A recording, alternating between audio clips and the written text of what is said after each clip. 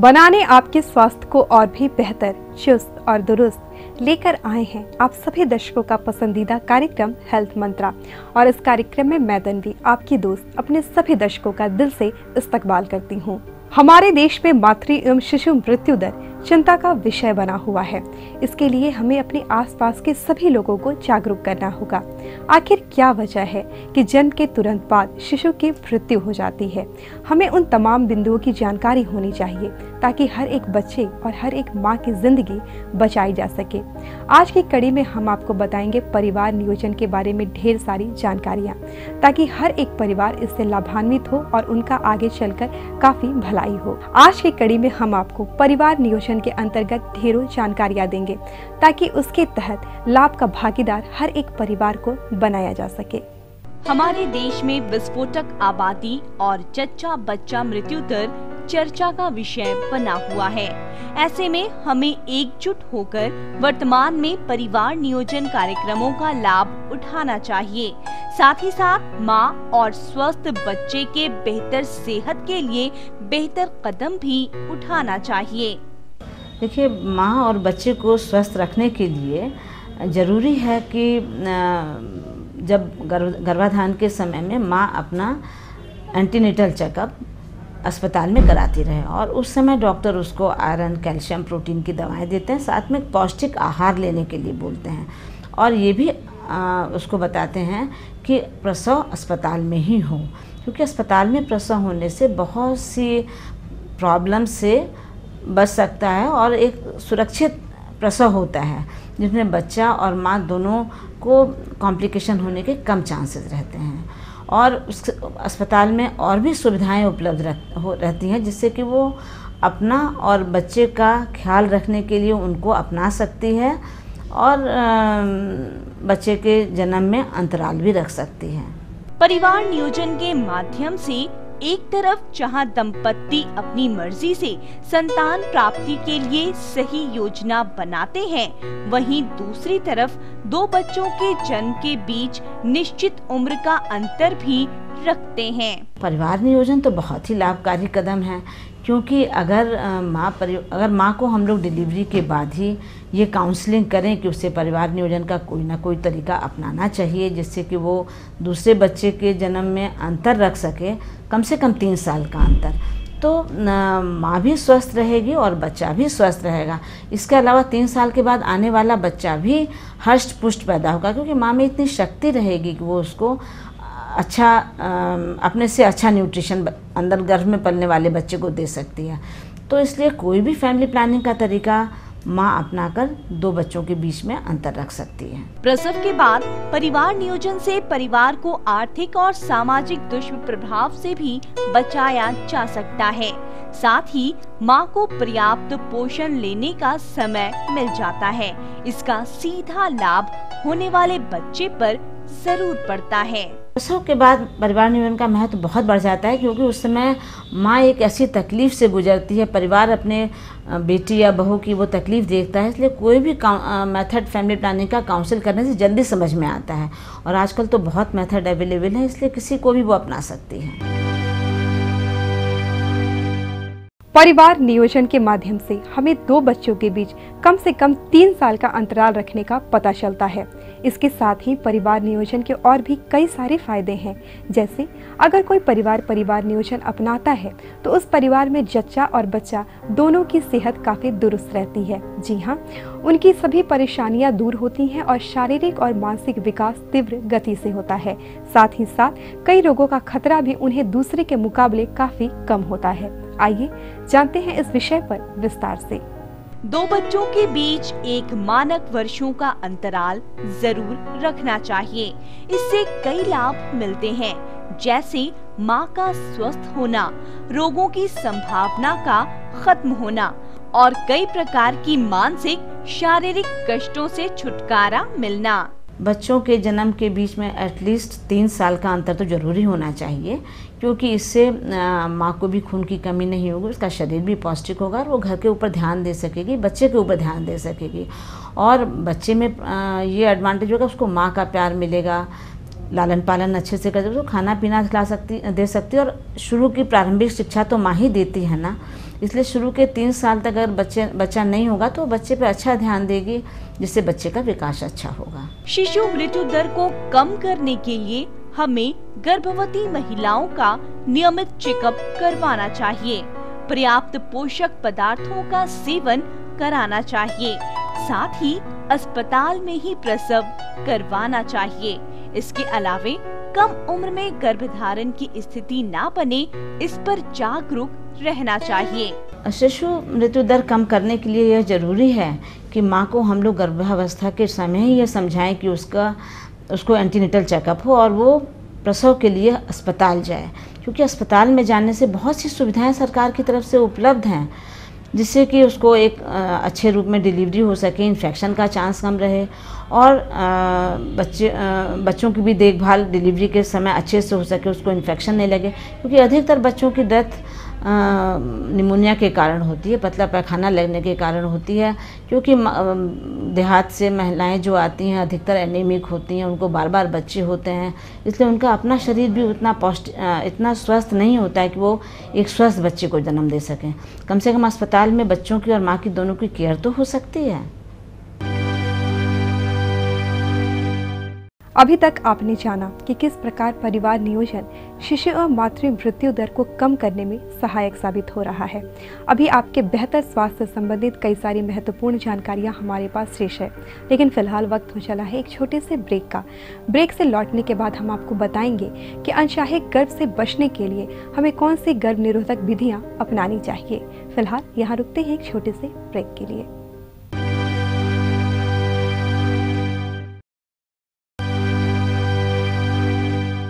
Break के बाद एक बार फिर से मेरे सभी दोस्तों का बहुत बहुत स्वागत आपके अपने कार्यक्रम हेल्थ मंत्रा में। और आज हम बात कर रहे हैं परिवार नियोजन और गर्भ निरोधक विधियों के बारे में। चिकित्सा जगत में आज कई तरह की आसान गर्भ निरोधक विधियां मौजूद हैं। इनमें से किसी को भी अपनाकर आप आसानी से अनचाहे गर्भ से छुटकारा पा सकते हैं। आइए हम आपको जानकारी देते हैं कि इन गर्भ निरोधक में से एक कॉपर टी किस प्रकार सबसे लंबे समय तक कारगर साबित होता है। आज के दौर में कई तरह की गर्भ निरोधक विधियां उपलब्ध हो गई हैं, जिससे अनचाहे गर्भ से बचा जा सकता है। इन गर्भ निरोधक विधियों का इस्तेमाल बेहद सरल तरीके से किया जा सकता है। देखिए, हमारे यहाँ कुछ अस्थायी उपाय हैं और कुछ स्थायी उपाय हैं। अस्थायी उपाय का मतलब ये होता है कि जो स्पेसिंग पर्पस के लिए, मतलब 2 बच्चों के बीच में गैप रखने के लिए यूज़ किए जाते हैं। इसमें गोलियां आती हैं, खाने की गोलियां होती हैं, लूप लगाने के लिए आता है जिसको IUCD बोलते हैं। इसके अलावा कॉन्डोम होता है और आजकल एक इंजेक्शन है या डिम्पा इंजेक्शन जिसको बोलते हैं, तो बहुत ही लाभदायक है। इसके अलावा एक लैम्प विधि भी है। तो पिल्स वही महिलाएं ले सकती हैं या गोलियां खाने वाली गोलियां वही महिलाएं ले सकती हैं जो 2 बच्चों के बीच में अंतर चाहती हैं, और ये केवल महिला ही इस्तेमाल करती है। गर्भ निरोधक विधियों में एक विधि है गर्भ निरोधक गोलियों का इस्तेमाल। हाल के वर्षों में गर्भ निरोधक गोलियां बेहद कारगर मानी जाती रही हैं।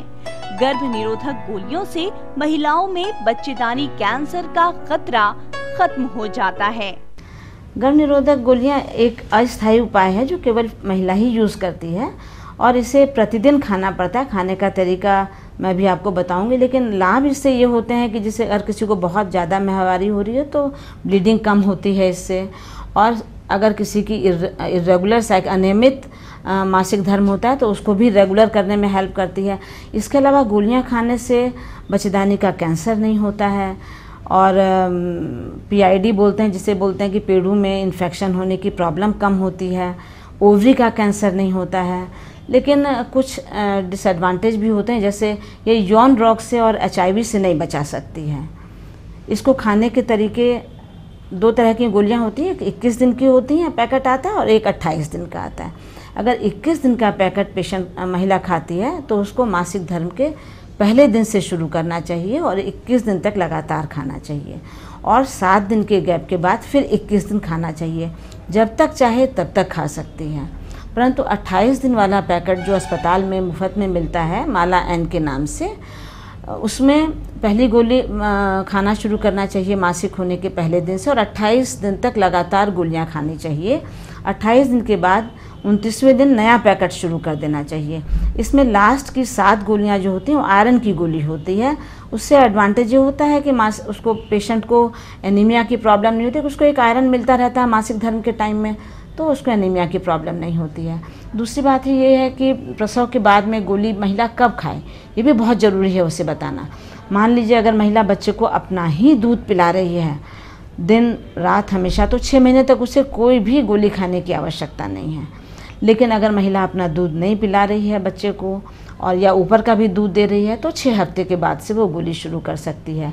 अगर अबॉर्शन हुआ है उसका, तो वो उसी दिन से गोली खाना शुरू कर सकती है या 1 हफ्ते के अंदर गोली खाना शुरू कर सकती है।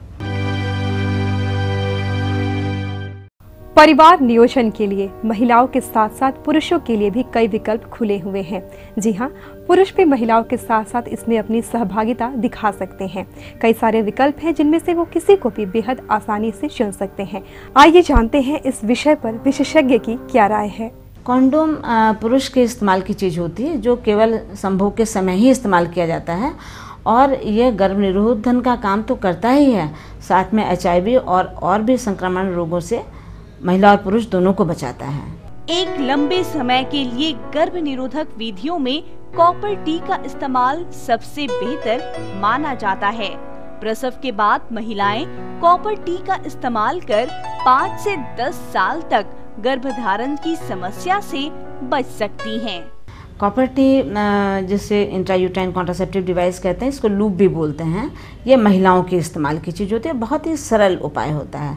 ये 5 साल और 10 साल तक लगाने यूज़ के लिए आता है। तो एक तो आप देखेंगे कि महिला एक बार इस्तेमाल करती है और 5 साल या 10 साल तक वो अपने को सुरक्षित रख सकती है अनचाहे गर्भ से। तो ये एक बहुत ही अच्छा उपाय है।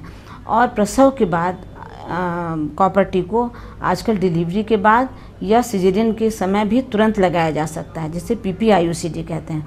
अगर मान लीजिए मरीज उस समय डिसाइड नहीं कर सके कि लगाना है, तो 48 घंटे के अंदर भी इसे लगाया जा सकता है। अच्छा, मान लीजिए मरीज उस समय भी डिसाइड नहीं कर सके, तब जो महिलाएं बच्चों को अपना दूध पिलाती हैं उनको या तो 24 हमेशा अपना दूध पिलाएं, तब तो 6 महीने के बाद लगवाएं, नहीं तो 6 हफ्ते बाद लगवा सकती हैं।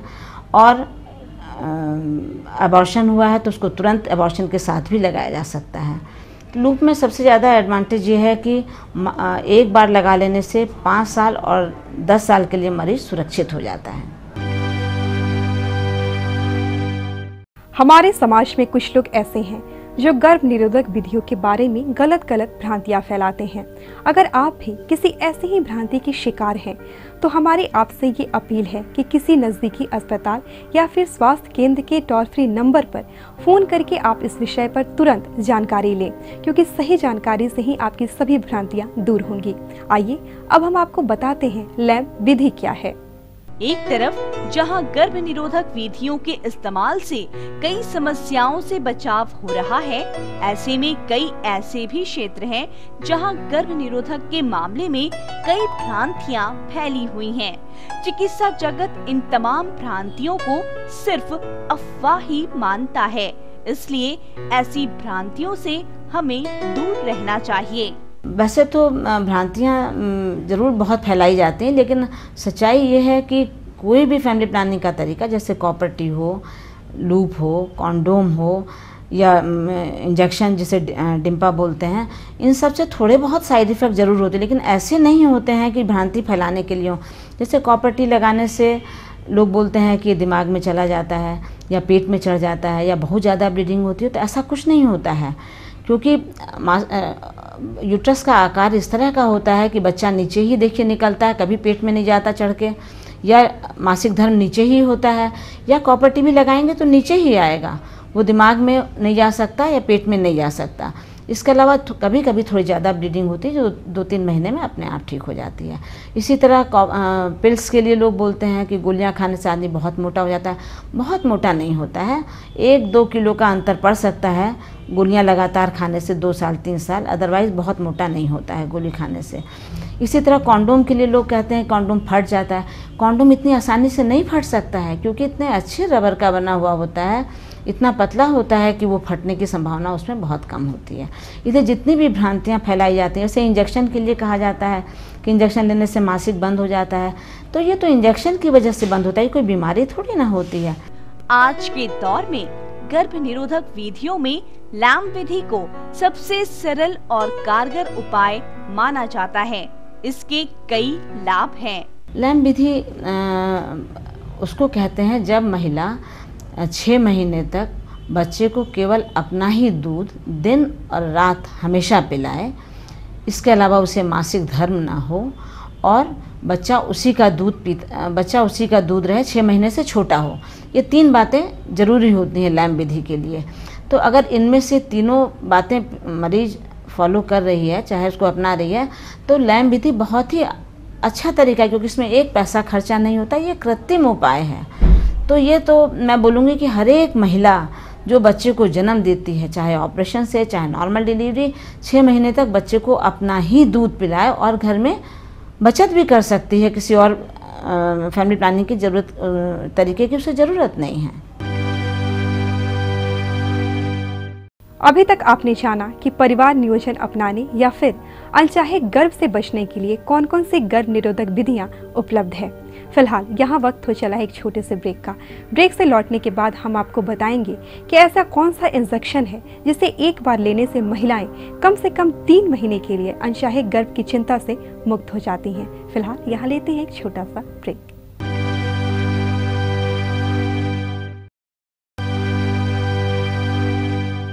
ब्रेक के बाद एक बार फिर से मेरे सभी दोस्तों का बहुत बहुत स्वागत हेल्थ मंत्रा में। और आज हम बात कर रहे हैं परिवार नियोजन और गर्भ निरोधक विधियों के विषय में।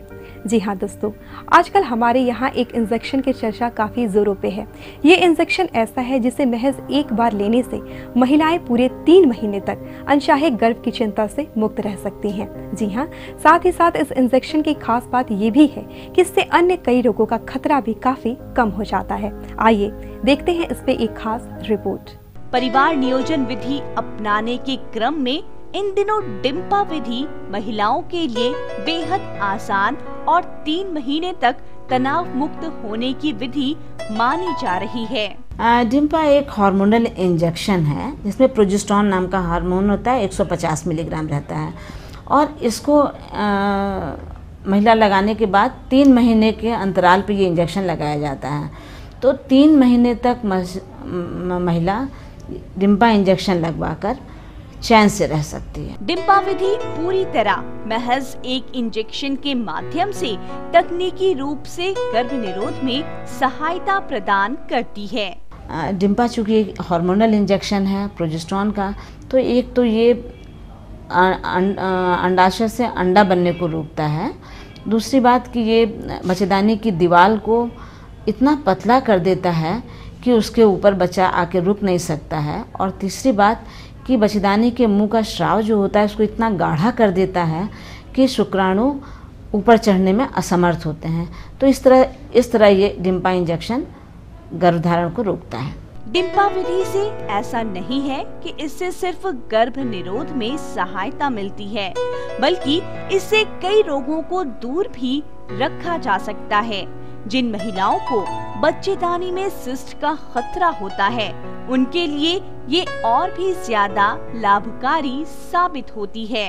डिम्पा इंजेक्शन चूँकि एक प्रोजेस्टेरोन हार्मोन है, इसलिए ये बच्चेदानी के कैंसर से बचाता है, बच्चेदानी के ट्यूमर से बचाता है, जैसे फाइब्रॉयड नाम का ट्यूमर होता है, इससे बचाता है, ओवरी की सिस्ट होने से बचाता है और एक PID बोलते हैं जो कि पेड़ू का इन्फेक्शन होता है, इससे भी बचाता है।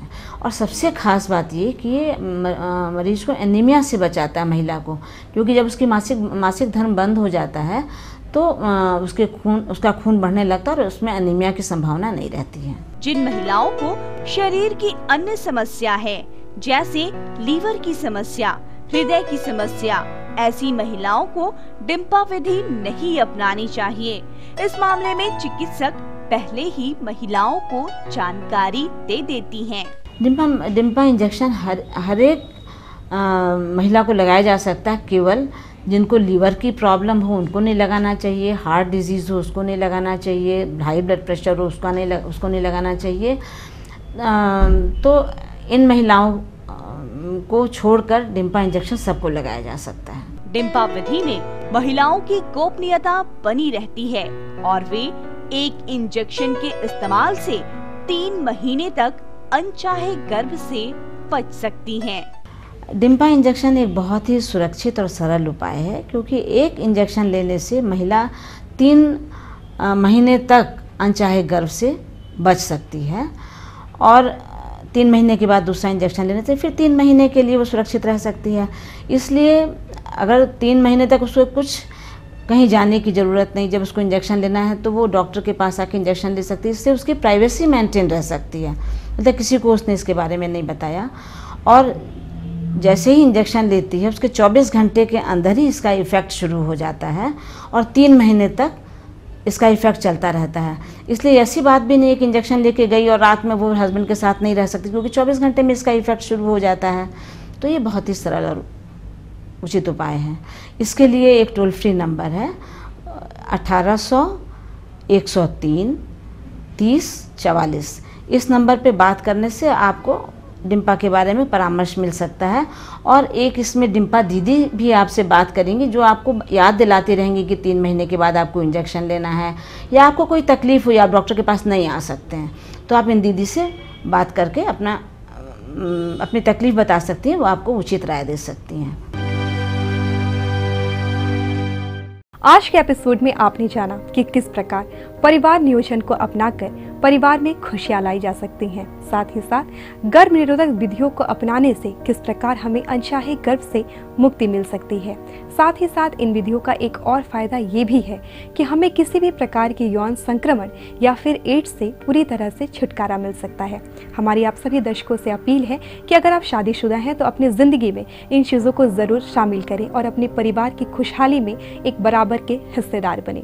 आज के लिए बस इतना ही, लेकिन चलते चलते अपने सभी दर्शकों से हम ये कहना चाहते हैं कि अगर आपके पास कोई सवाल है या फिर आप हमें कोई सुझाव देना चाहते हैं तो आपका खुले दिल से स्वागत है। आप हमें मेल कर सकते हैं। मेल करने के लिए हमारा ईमेल आईडी नोट करें। हमारा ईमेल आईडी है etvhealthmantra@gmail.com।